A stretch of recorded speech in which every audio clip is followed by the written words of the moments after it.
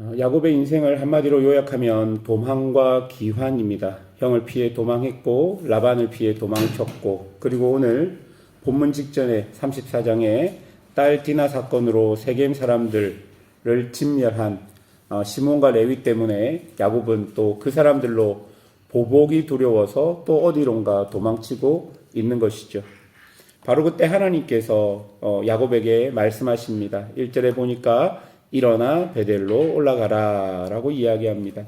이 1절을 보시면 세 개의 동사가 동시에 나와 있는 것을 볼 수 있습니다. 즉 하나님은 야곱이 무너져 있을 때 가장 먼저 오셔서 그를 일으키시는 분이라는 것을 1절이 우리에게 보여줍니다. 여러분, 이것은 이 본문 전체를 관통하는 놀라운 은혜입니다. 그런데 본문은 여기서 끝나지 않습니다. 베델에서 내려온 이후 야곱의 사랑하는 아내 라헬이 죽는 모습, 그리고 맏아들 루벤이 아버지의 첩 비라와 동침하는 충격적인 제약의 모습이 기록되어 있습니다. 믿음의 여정에 은혜가 임했다고 그 이후의 모든 삶에 고통과 죄가 없어지는 것은 아닙니다. 은혜를 받은 사람의 삶에도 슬픔은 오고 죄는 남아 있다는 것을 우리에게 본문은 보여줍니다. 첫 번째로 본문을 통해 살펴볼 수 있는 것은 어려움 속에 베델로 올라가는 야곱의 모습입니다.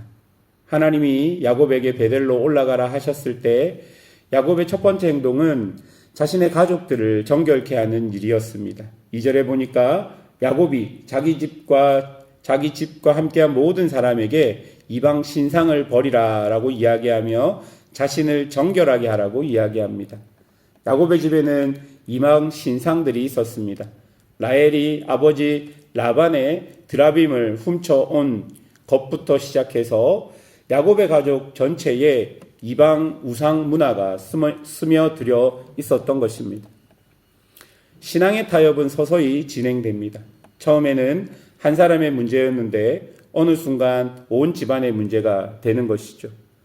야곱은 이것을 직면합니다. 그리고 4절에 보면 그들은 이방 신상을 세겜 근처 상수리 나무 아래 묻습니다. 단호한 결별을 선택한 것입니다. 그리고 그들은 길을 떠납니다. 하나님께서 그들을 보호하시는 부분이 5절에 나옵니다. 그들이 길을 떠나서 갈 때 모든 고을들에게 하나님께서 두려움을 심어 주었다라고 이야기합니다. 세겜 학살 이후에 늘 보복을 두려워했던 야곱이었습니다. 그러나 하나님께서는 주변 모든 민족에게 두려움을 넣어 주셨습니다. 야곱이 두려워 떨던 것을 하나님께서 처리하여 주셨다라는 것입니다. 우리가 하나님 앞에 나아갈 때 막힌 것 같은 두려움이 있을 때가 있습니다. 그러나 우리가 믿음으로 길을 간다면 하나님은 우리보다 먼저 그 길을 여신다는 것을 오늘 본문을 통해 우리에게 말씀해 줍니다. 베델에 도착한 야곱은 거기서 단을 쌓습니다. 그리고 그 이름을 엘 베델, 베델의 하나님이라고 불렀습니다. 여러분, 베델이라는 장소는 더 이상 장소가 아닙니다. 그 베델에서 만났던 하나님이 야곱에게는 더 중요하다는 고백이 엘 베델이라는 고백인 것입니다. 그런데 8절에 보면 리브가의 유모 드보라가 죽어서 베델 아래 상수리 나무에 묻힙니다. 드보라는 리브가의 유모로 야곱의 어머니 리브가를 섬겼던 사람입니다. 야곱에게 어머니의 손길이 닿는 마지막 연결고리를 여기서 잃게 되는 것이죠. 베델로 올라가는 길에도 이미 이별이 기다리고 있었던 것입니다. 은혜의 자리로 나아가는 길은 평탄하지만은 않습니다. 그러나 하나님은 그 길을 여시고 우리를 이끄신다는 것을 우리에게 보여주는 것이죠. 두 번째로 본문은 언약 계승자로 인정받는 야곱을 보여줍니다. 야곱이 베델에 도착했을 때 하나님은 다시 야곱에게 나타나십니다. 이것은 야곱에게 두 번째의 베델 경험입니다. 우리가 다 알다시피 첫 번째 베델은 도망자 야곱이 홀로 돌베개를 베고 잠들었던 밤이었습니다. 그때 하나님은 일방적으로 나타나셔서 언약을 약속합니다. 이제 두 번째 베델에서 하나님은 그 언약을 갱신하시고 확인하십니다. 10절에 보니까 내 이름이 야곱이지만 다시는 야곱이라 부르지 않고 이스라엘이라 부르겠다라고 말씀하십니다. 이스라엘이라는 이름은 야곱이 약복 강가에서 천사와 씨름할 때 받은 이름입니다. 그런데 하나님께서는 다시 이 이름을 확인해 주시며 공식적으로 너가 이스라엘이라고 말해주고 있는 것입니다. 이제 야곱은 속이는 자가 아니라 하나님과 씨름하여 이긴 자가 된 것이죠. 이것이 하나님이 야곱에게 주신 새로운 정체성입니다. 이어서 하나님은 아브라함과 이삭에게 주셨던 언약을 야곱에게 그대로 이어줍니다. 12절에 보니까 내가 아브라함과 이삭에게 준 땅을 내게 주고 내가 내 후손에게도 그 땅을 주겠다라고 이야기합니다. 여러분, 이것은 단순한 복을 선언하는 것이 아니라 언약의 계승을 이야기하는 것입니다. 아브라함으로 시작된 구속의 역사가 이삭을 거쳐 이제 야곱에게 이어졌습니다.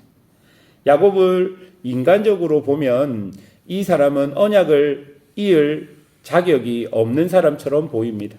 속임수로 장자권을 뺏었고 20년간 도망을 다녔고 집안에 우상들이 들어오도록 방치했던 사람입니다. 그러나 하나님은 그를 언약의 계승자로 선언하십니다. 언약은 야곱의 자격이 아니라 하나님의 신실하심에 근거한다는 것을 보여줍니다.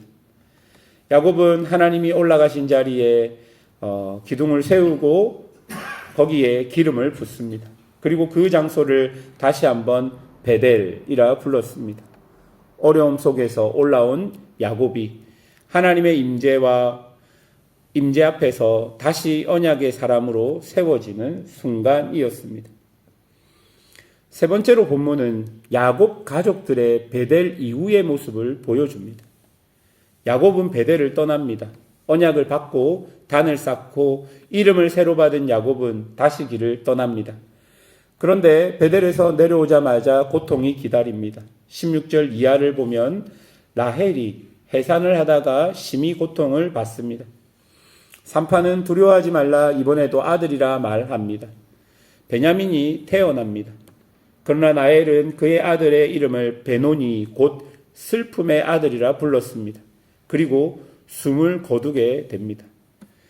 야곱은 아들의 이름을 베노니라고 두지 않고 베냐민 곧 오른손의 아들로 바꾸게 됩니다. 슬픔의 이름을 기쁨의 이름으로 바꾸는 아버지의 마음이 여기에 담겨져 있는 것이죠. 그러나 그것조차도 야곱의 슬픔을 지우지 못했습니다. 야곱이 이 땅에서 가장 사랑한 여인 라헬을 잊게 된 것이죠. 14년을 기다려 얻은 아내, 그의 사랑의 중심에 늘 있었던 사람이 라헬이었습니다. 그 라헬이 베델을 떠난 직후에 세상을 떠나게 되는 것이죠. 여러분, 믿음의 절정은 믿음의 절정 이후에도 슬픔은 다가온다는 것을 본문이 보여줍니다. 그리고 22절입니다. 이스라엘이 그 땅에 거할 때 르우벤이 가서 그 아버지 첩 비라와 동침하매 이스라엘이 이를 들었더라. 여러분, 르우벤은 야곱의 장자입니다. 언약 계승의 자리에서도 가장 앞에 서야 할 사람입니다.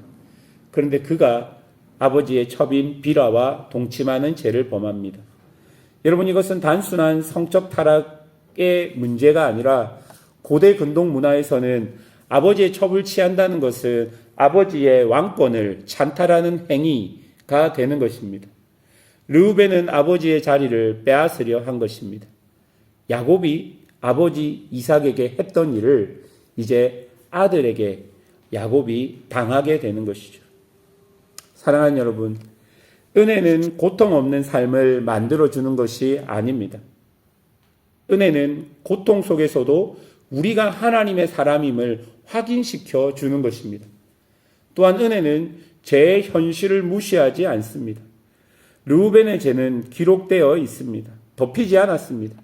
그러나 하나님의 언약도 여전히 유효합니다. 야곱의 12아들, 그 불완전한 가족을 통해 하나님의 구속 역사는 중단되지 않습니다. 그리고 은혜는 결국 베델을 다시 기억하게 하는 것이죠.